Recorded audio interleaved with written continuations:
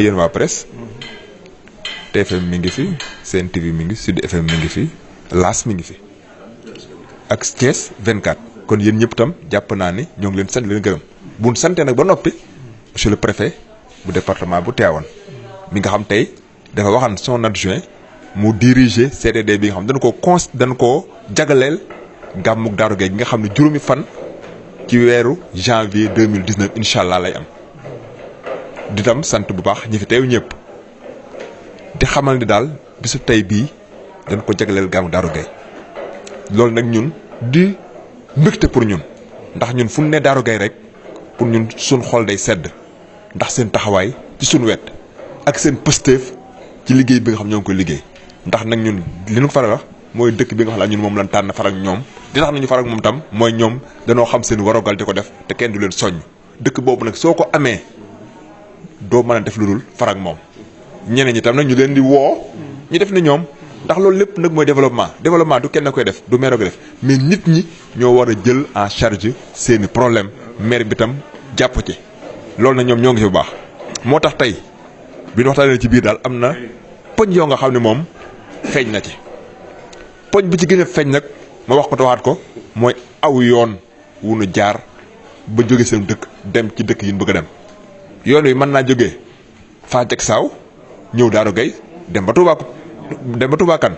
wala mu jógee Ngaay jaar Kuul ñëw Daaru Gaye jël ñëw dem sa jug siin loolu nag day loo xam dafa am solo lool ndax yoon yi ngay jaar pour dem Daaru Gaye day ab gannoos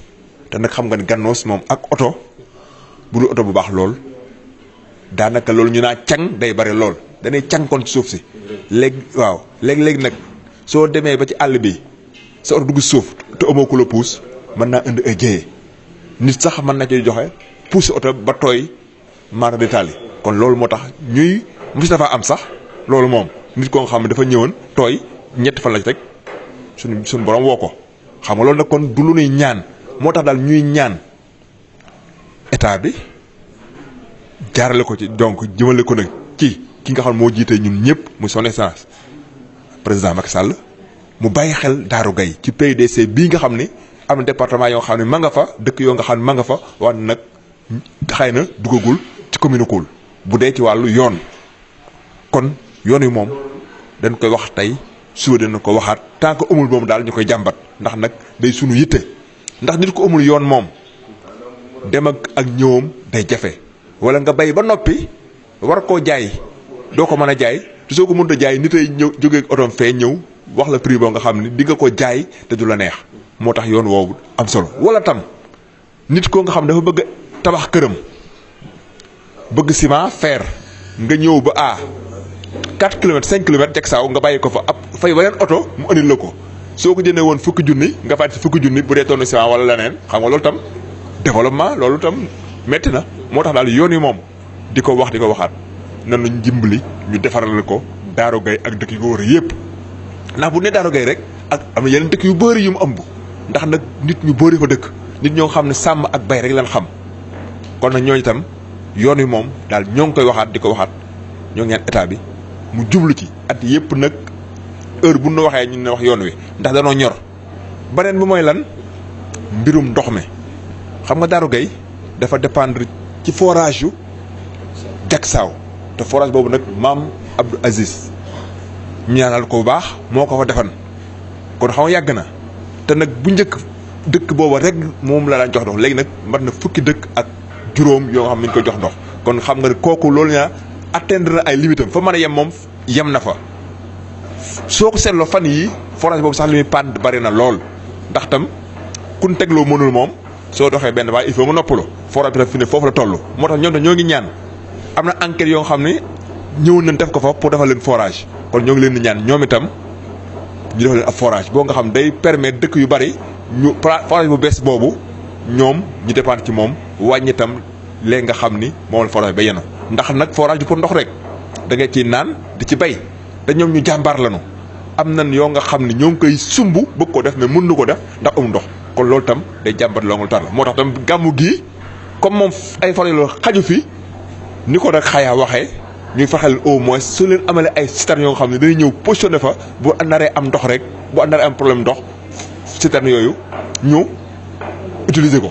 parce que loolu tam dimbal lay doon pour nit ñi te tak moo gën a dal xel mais soo dépendre ci forage bi te xamoo nu muy demee ëllëg bu amee digg rek day yàq bis bu mel noonu te bis boobu nag ñun suñu sañan dara du ko xusi dara du ko wook ndax nag suñu bisa kon ndox mi tam day lu am solo mais tam jàpp naa ni courant bi am na moom te loolu moom macha allah mention spéciale à son excellence ndax nag bu doon da nga am fukki dëkk ak juróom xëy na bi muy ñëw moom rek mu ñëw def lu mat fanweeri rek kon loolu moom jàpp naa ni kuy waxal yàlla rek di waxal yàlla rek macha allah te nag jàpp naa ni yemul kuul dong Sénégal gi loolu la wër kon loolu nag nan ñaan tam mu yokk ndax nag 45% yéegagun 60% te doon bëgg nag ñun tam au moins 2019 gi lu muy jeex wala 2018 moom daanaka jeex na mais 2019 xaw ma luy xew mais nag ñu fexe ba 60% ñu yegg fa parce que nag loolu tam mooy tax nit ñi dëkk yi nekk bëgg faa liggéey bëgg faa tekki ñu yóbbu leen fa courant su amee ndox am courant nga am yoon woo jaar jàpp naa ni liggéey fa day yomb te nag wax ji taax yi ni mu bare ay nit c'est que nit ñi fa nekk dafa am loo nga xam dafa manqué mais soo amee courant nekk ab menuisier di nga mën a toog sa dëkk nekk mécanicien di nga mën a toog sa dëkk loolu moo tax nit ñi di ñaan yoon yooyu mais ñaanuñu ko rek pour ñaan ko kon loolu tam ñoo ngi ñaan nguur gi mu taxaw ci bu baax. wan nag li ma gën a kontaan loo ci Darou Gaye ñoom dëndul xaar kenn ci dara ñoo daal su ne bëgg nañ daal téeméer dañ la naa am nañ juróom-ñeent fukk su ne bëgg na téeméer dañ la am nañ juróom-ñeent fukk yow nag loo ci man li koy misaal mooy lan fi nekk am nañ carte de santé boo nga xam ne dañu ko bëgg transformer en poste de santé daanaka lu mat fukki millions dajal nañ ko pour transformer ko xam nga loolu kon jàpp naa ni daanaka maire bi moom day am sax kersa ndax kii war a def soo ko jiru def moom soo ko soññee moom soññee ko dina yomb moo tax nag ma ne ñoom ñooy sama dëkk bi nga xam dama leen a tàmm dama leen a daal féetewoo nag li tax mooy li nu war a def lépp ñoo ngi koy def kon daal wér-gu-yaram itam macha allah su ma leen di waxee ñetti at yee passé am na ab école boo nga xam ni tijji na ko Darou Gaye te loolu lépp nag day yokk tam nit ñi ndax nit moom bu amee fu muy jàngee am fu mu fajoo am fu mu jaar am courant lu ci des liggéey rek te ñoom nag ñoo ngi noonu liggéey noo ngi ko jaamu yàlla noo ngi jàng alxuraan lu mel noonu nag dëkk boo ko am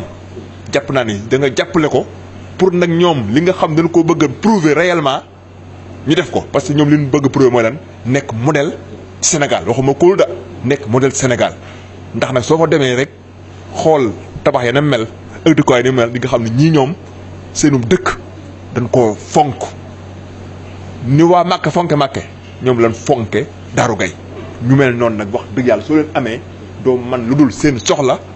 nga waxal leen wax ji nag ñaan la ci ñaan rek la mën a jaar la mën a jaar moo tax ñu ñaan daal ki nga xam ni moo jiite réew mi mu son excellence mu bàyyi xel Darou Gaye bu baax ci aw yoon surtout. jërë ngeen jëf. monsieur le maire dafa mel ni jàmbatu Darou Gaye firnde la ci li commune bi di tawat ci wàllu yoon ak wàllu courant. waaw yoon moom li ma wax rek xam nga commune Koul bu dee 175 kilomètres carrés am lu ëpp fanweeri junni nit te Pislataire yi tëj jàpp nañ ni état bi li mu def diggante Ngaye ba Koul rek la mais nag au passage man nañoo remercier benn mécène koo nga xam ne dafa dëkk commune Koul dëkk tam fële ginnaaw Fass kër xaasam ñu ko Adama Fall ndax moom jëlee na ab ci poche boppam ab tali Fass ba kër xaasam defal ko boppam xam nga kooku kon man na def na taxaw état Darou Gaye tam dañ ne woon ñoom dañuy cotiser pour def ko seen tali mais ñu leen déedéet am na xam tam nguur moo def moo tax yoon moom commune Koul soxla na ko lool ndax li tax soxla ko mooy mënoo jóge Ndakaaru ñëw ba ngay fay ñaar téeméer wala ñëw ba Pire fay ñaar téeméer nga bëgg a dem Darou Gaye fay junni ak ñeenti téeméer xam nga loolu jaat ndax clando rek a fay dem c'est pas n'importe quel oto moo fa dem yenn oto yi pour ñu def fa di nga leen fay xaalis bari junni ak ñeenti téeméer wala junni ak ñaari téeméer moo tax nga leen man leen loolu xam nga jaaratul ndax yow soo passé ngaay ba Ndakaaru ñaar téeméer ngaay ba Darou Gaye junni ak ñaar téeméer lu ko waral ñàkk yoon te nag ñoom am na ni oto yu fa mën a dem mais suñ ñëwee dañuy gaare Pire wala ñu gaare ngaay wala ñu fa jaare jak saaw kon daal jërë ngeen jëf daal. Xaaye Gueye laa tudd dëkk Darou Gaye juddoo Darou Gaye ñu ñëwoon tey pour def sunu CDD fii ci Tivaouane ak le préfet mboole ñoo ak JM Fall mais doléance yi amoon daaw rek lañ amaat ñett yi la mooy yoon bi bu jógee Jaksaaw jaar Daaru Gay dem Touba Kane wala mu jóge Koul jaar Daaru Gay dem Santhiou Sène ba léegi suuf la te suuf soo xamante ne su bari la ñu bëggan loolu daal ñu dimbali ñu ci beneen mooy ndox mi ndax forage u Jaksaaw lañ bootu ca lañ jokk te forage bi dafa bari paan léegi xam naa day bëgg a màgget bëggan nañ ku ñu jàppale ci forage wala tamit bis beet forage ñu am ay citerne waxtaan nañ ci le préfet beneen mooy santé nag amoon nañ ci problème mais defe naa résoudre nañ ko ba 80% yi parce que case de santé la ñu amoon mais ñun suñ yëfi bopp jéem nañ ko def poste de santé bi ñu ko defee nag dañuy ñaan état mënul ñu yoo xam état moo ko fay teg soit Macron wala soit sage-femme d'état ñu mën ko am ñu mën ñooy fajal suñ njaboot gi nekk foofu yooyu mooy problème majeur yi nga xam moo am ca dëkk ba bëgg nañ état bi jàpp nañ ci ndax ñun kër liñ mën ci dëkk bi ña ngi koy def liñ des état moo des état nag ñi ngi koy ñaan mu jàpp ca loola pour dëkk bi gën a jëm kanam ndax village la boo xamante ni la fay yeewoo bari na te ñun amuñu fudul foofu añu ko na parce que amuñu woon courant mais am nañ courant solaire xam naa liñ des rek mooy lampe yi ci mbedd mi te loolu moom beneen mbir la boo xamante ni bu interne la liñ bëgg daal mooy daal ñu gën ñoo keesul Daaru Gay indil ñu yoon ak fajukaay akum ndox ñu ko amee rek dëkk bu mag la dëkk cosaan la parce que bari na dëkk yoo xam foofu moo leen fa jiitu moo leen fa ëpp moo leen fa kii mais nag bëgg nañ daal liñ ci man ñun ci dëkk ba def nañ ko fa ndax investi nañ fi jumaa boo xamante ni dem na 30 et quelques millions def fa école def fa daara tabax fa mbaar miiri armée lu bëri ay projets yu bëri yoo xam ñoo ko fa def ci station bi ne ànd defar Daaru Gay loolu nag bu ñu ko defee dañu bëgg li nga xam état moo ko man mu jàppale ñu ci ñu def ko parce que dëkk ba gën a nekk dëkk boo xam dëkk boo xamante ne dëkk bi gën a nekk dëkk boo xamante ni ku fi dikk xam ne dëkk bii ñi fi nekk vraiment am na solo te boo fa dikkee di nga ko xam parce que lu tolloog investissement yi def ci dëkk ba bari na dëkk yoo xam boo duggee doo ko fekk kon nag loolu soxla nañ état mu jàppale ñu ci gën ñoo dimbali bañ am yoon woowu ak ndox mi ak fajukaay boo xamante ne dañ koo sañ ci ndigal maam Thierno Birahim ndax ñun suñu maam dafa ànd ak maam Thierno Birahim mu jox ko ndigal ni ko sañ pal fii tuddee ko Daaru Gay moo tax mu ni ko nag lu am Daaru Musi lu am Touba dina am Daaru Musi lu am Daaru Musi dina am Daaru Gay moo tax ñu gëm ko soo fa demee léegi même ñun ñi gën a nekk ndaw sax ñu ngi wut ay parcelles di ko dolliwaat ca dëkk ba ngir xam ne dëkk bi du nekk dëkk buy gent gëm googu ñu gëm nag moo tax investissement yi ñu def yëpp ñu def ko fa ndax avant loolu jëlal nañ 17 millions yoo xam salaire lañ ko fa defal boo fa demee waxuma tabax sax mais terrasse nga fay fekk kon yooyu yëpp bu demee ba am donc ñun ngëm-ngëm boobu am suñu sëriñ moo tax ñu def ko fa mais nag gàmmu gi nag def nañ ko 30 fois bi mooy 31e kon defe naa lu yàgg la kon daal li ñuy ñaan état daal mooy mu gën ñoo jàppale gën ñoo li ñuy ñeent yi soxla mu jëm ñu jàppale muy yoon wi di ndox mi ak fajukaay bi yooyu daal buñ ko amoon moom fa laaw wasalaam. Monsieur Thierno Sall, porte-parole de la commission d'organisation du Gamou de Daaru Gay. Donc aujourd'hui nous sommes très satisfaits d'avoir eu cette occasion de venir au niveau de la préfecture de Tivaouane où nous avons retrouvé le préfet ou son adjoint, M. Ibrahima Fall, qui a été très disponible et qui nous a donné une grande disponibilité en présence du sous-préfet de Mirina Nakar, du maire de Koul, Seigne Modou Fall, et l'ensemble des représentants du village de Daaru Gay. Et nous avons eu cette occasion pour parler avec les autorités locales, disons. Et ça nous a permis de mettre en évidence toutes nos doléances que nous avons présentées à Monsieur le Préfet, qui a invité aussi certaines, disons, services du département, en l'occurrence le service d'hygiène, les sapeurs-pompiers. Et les autres qui ne se sont pas présentés ont été représentés peut-être par les services d'hygiène et les sapeurs-pompiers et le préfet en personne. Donc nous pouvons dire qu'à la sortie de cette rencontre, nous sommes très satisfaits parce que non seulement on a eu la disponibilité, on a eu une réponse positive de toutes nos doléances et nous espérons que ce grand magal de Daaru Gay cette année, qui sera la 32e ou 31e, sera la bonne, sera la mieux organisée pour cette année. Et nous en profitons vraiment pour représenter toutes les autorités, à partir du sous-préfet, en passant par le préfet, en passant par le gouverneur,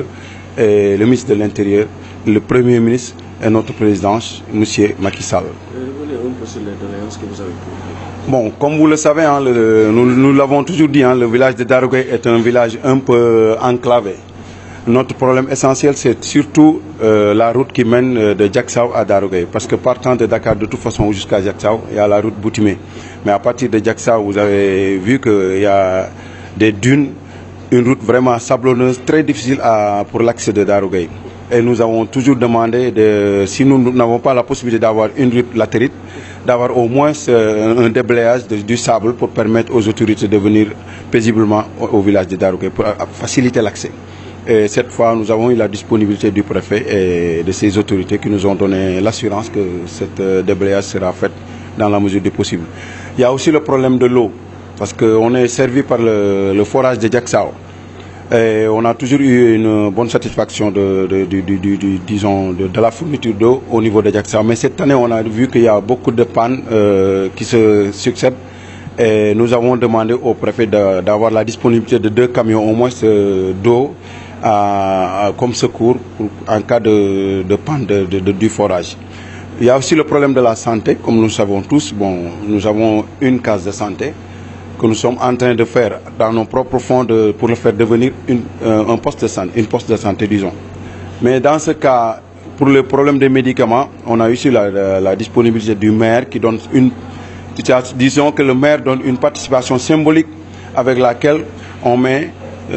notre part au niveau de la commission pour permettre au village d'avoir les médicaments qu'il faut ce jour-là. Les sapeurs-pompiers aussi ont donné leur disponibilité. Il y a le sous-préfet qui sera là et qui donnera aussi son soutien moral et l'appui au niveau de tous les services. À part ça, je crois qu'il y a le problème de l'électricité qui est réglé en partie. Nous avons seulement le problème des lampadaires de la rue qui ne sont pas allumés. Et ça, c'est un cas un peu particulier. Espérons que cette année, on va avoir un déblocage. Et qu'est-ce qui fait la particularité du Gamou de l'été? Bon, nous pouvons citer les paroles du maire pour donner la particularité, parce que le maire, M. Modou Fall, dit toujours, je ne veux pas lui créer des problèmes pour les autres villages, mais il dit que le village de Darou Gueye, parmi les 105 villages qu'il dirige, est son village préféré. Et ça, c'est une particularité. C'est un village qui paye à chaque année 100% de ses, disons, dus au niveau du gouvernement. C'est un village qui est organisé en une association Ande Defar Darou Gueye. C'est un village qui a des regroupements de femmes, d'hommes. Et c'est un village qui a un chef de village très dynamique avec son fils qui nous aide beaucoup. Et nous pouvons dire que la particularité est faire valoir ces valeurs que nous avons au niveau de Darou Gueye. Parce que Darou Gueye, sur le plan historique, est un village créé par Serigne Makhtar Gueye, qui est notre ancêtre commun, qui est sous l'ordre de Serigne Mame Thierno Birahim Mbacké. Et Serigne Mame Thierno Birahim Mbacké, nous savons tous qu'il a eu l'ordre de Serigne Touba pour créer Darou Moussi. Et il a créé Darou Gueye comme l'homonyme de la ville de Darou Moussi. Et cette particularité est faire voir que Darou Gueye est un exemple dans tout le territoire, comme Darou Moussi est un exemple dans tout le territoire du département de Louga. Et ça, c'est une particularité que je peux citer. Nous avons un village avec des jeunes très dynamiques. Nous avons aussi des représentants au niveau de la diaspora, parce que moi qui parle, je vis en Italie depuis 25 ans. Donc nous avons la diaspora, nous avons des jeunes dynamiques au niveau de Dakar et l'association Ande Defar Darou Gueye.